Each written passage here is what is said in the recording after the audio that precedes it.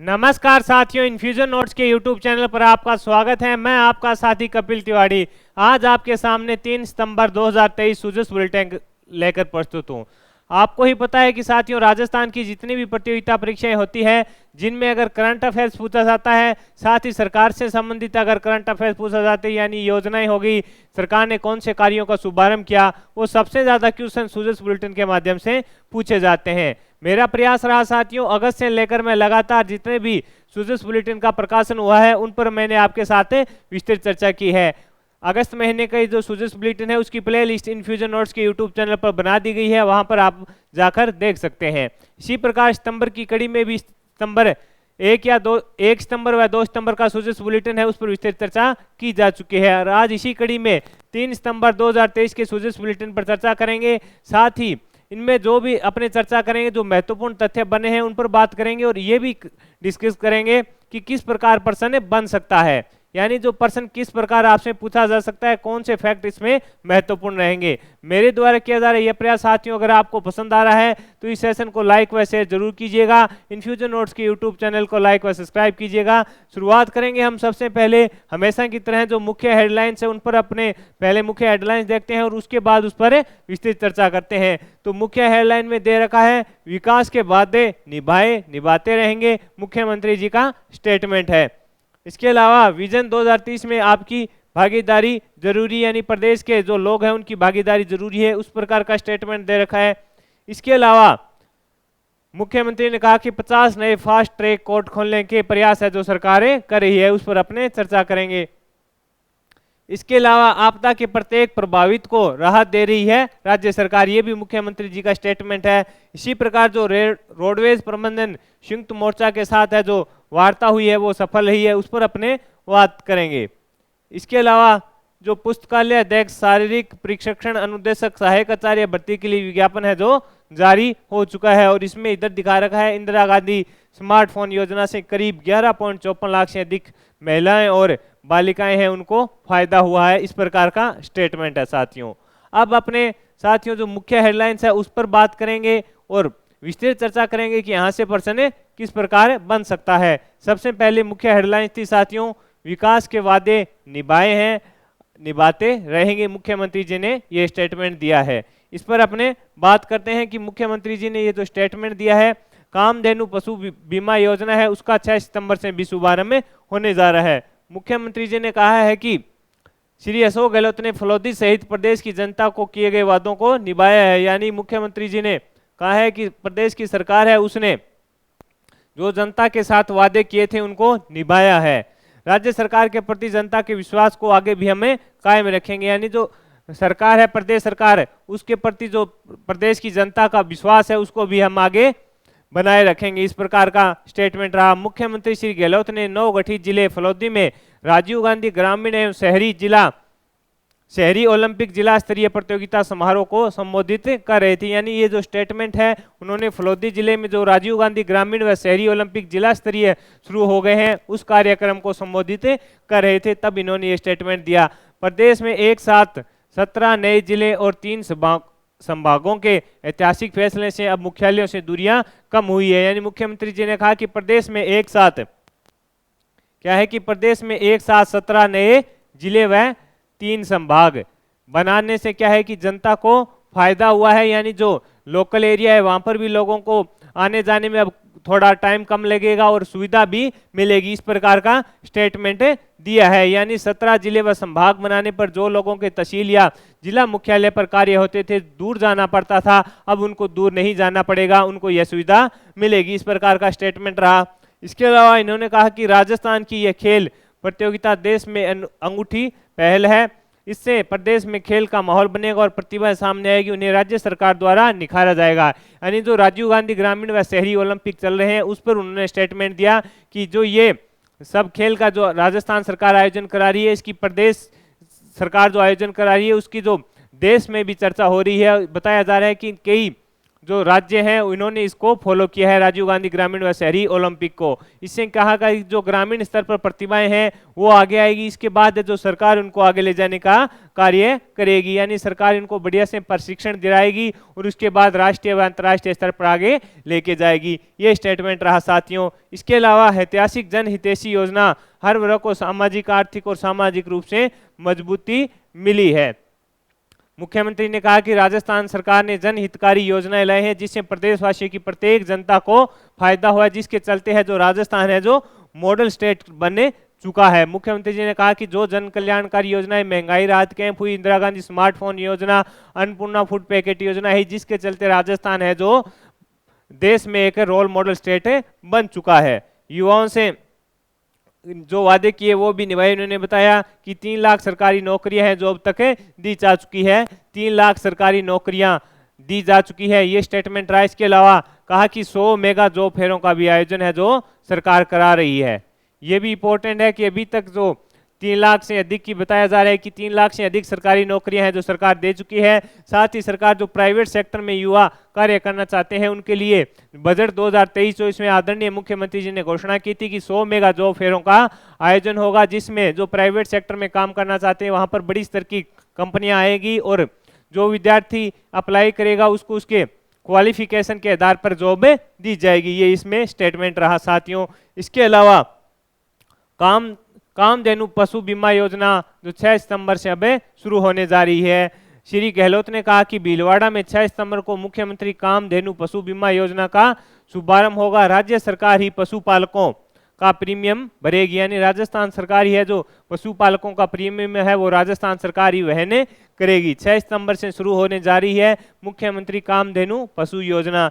इसके अलावा लंपी रोग से गायों की मृत्यु पर 40,000 प्रति गाय सहायता दी गई। मुख्यमंत्री ने कहा कि लंपी जो रोग आया था उससे अगर किसी भी किसान परिवार के घर में अगर गाय की मृत्यु हुई तो उस किसान परिवार को सहायता के तौर पर, एक गाय की आर्थिक सहायता के तौर पर है जो 40,000 रुपए दिए गए, इसमें बताया गया। इसके अलावा गौशालाओं को 5 वर्षों में 3,000 करोड़ रुपए का की सहायता है जो दी जा चुकी है। मुख्यमंत्री ने कहा कि 3 साल में, माफ कीजिएगा 5 वर्षों में, जो 5 वर्षों में 3,000 करोड़ की सहायता गौशाला को दी जा चुकी है। ये स्टेटमेंट है जो आदरणीय मुख्यमंत्री जी ने कहा।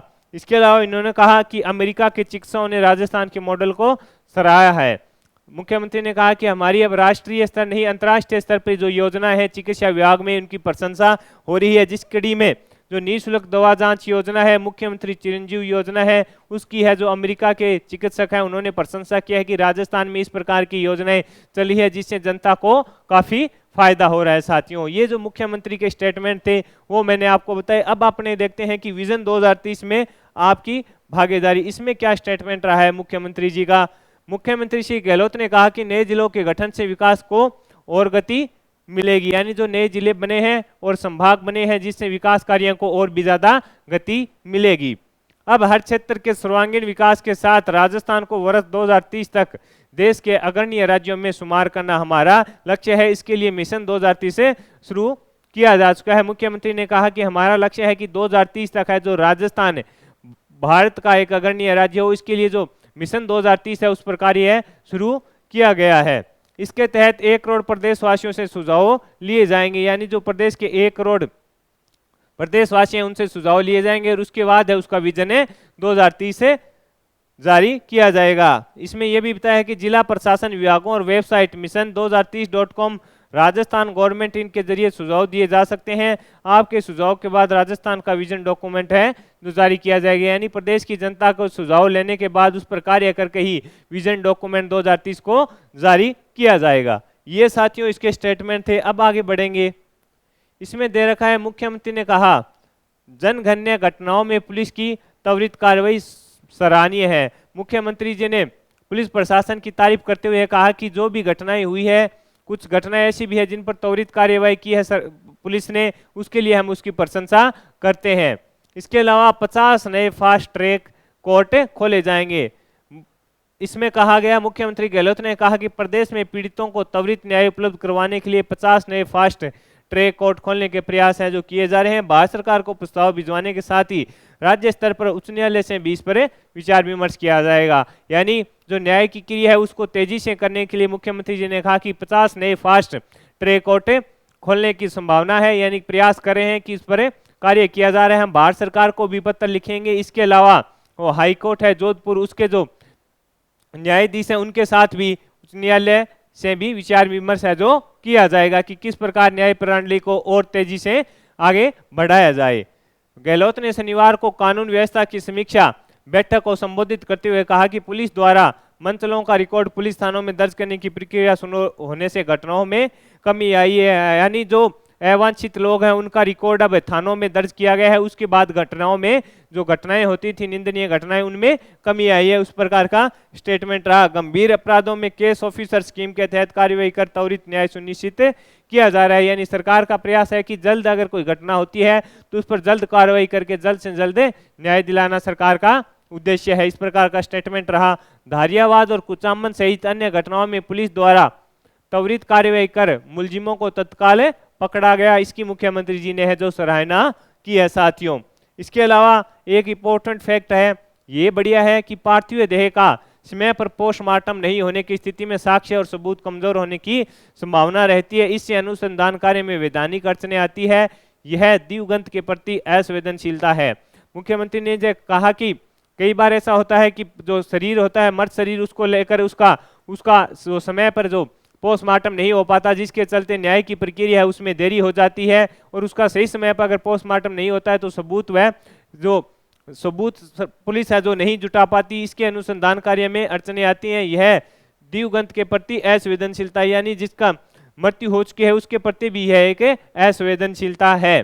अब इसमें कहा कि इससे अपराधियों को लाभ भी मिल सकता है। इसमें ध्यान रखते हुए राज्य सरकार ने कानून भी पारित किया है, मर्द समान विधेयक 2023। साथियों, उसकी यहाँ पर चर्चा की गई है। मर्द समान विधेयक है 2023, जिसमें मुख्यमंत्री जी ने कहा कि इस प्रकार की घटना अगर पोस्टमार्टम के लिए कोई किसी के कहने पर अगर किसी मर्द शरीर को लेकर अगर कोई आंदोलन करता है तो उसके खिलाफ है जो कार्रवाई की जाएगी। इसलिए सरकार ने है जो मर्द समान विधेयक 2023 है जो पारित किया है। अब इसमें सजा का भी प्रावधान किया गया है, यानी 24 घंटे के अंदर है जो पोस्टमार्टम में करना होगा। साथियों, 24 घंटे के अंदर पोस्टमार्टम में करवाना होगा, अन्यथा सरकार है जो इस पर कार्रवाई कर सकती है। इस प्रकार जो मर्द समान विधेयक 2023 है उसमें बताया गया है।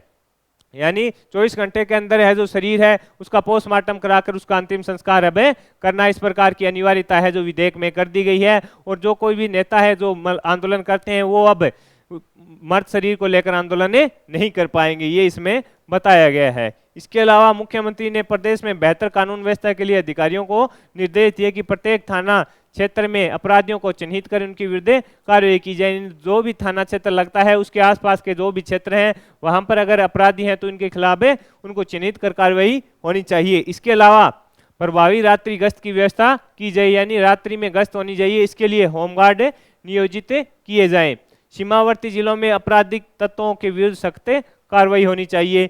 इन क्षेत्रों में अतिरिक्त जाब्ते के लिए होमगार्ड, क्विक रिस्पांस टीम और अतिरिक्त डायल 112 वाहन भी नियोजित किए जाएं। यानी होमगार्ड, क्विक रिस्पांस टीम और अतिरिक्त डायल 112 वाहन भी है जो नियोजित किए जाएंगे। इस प्रकार का इसमें स्टेटमेंट रहा। इसके अलावा मुख्यमंत्री से पदोन्नत IPS अधिकारियों ने मुलाकात की, उसके बारे में बताया है। और मुख्यमंत्री ने कहा कि आप पूरी निष्ठा के साथ कार्य कीजिए जिससे राजस्थान में जो पुलिस व्यवस्था है, प्रशासन है, उसके प्रति लोगों का जो विश्वास है बना रहे। इस प्रकार की इसमें जो मुलाकात हुई साथियों उसमें मुख्यमंत्री जी का स्टेटमेंट रहा। आगे बढ़ेंगे। आगे दे रखा है साथियों की आपदा के प्रत्येक प्रभावित को राहत दे रही है राज्य सरकार, ये मुख्यमंत्री जी का स्टेटमेंट है। इस पर अपने बात करते हैं।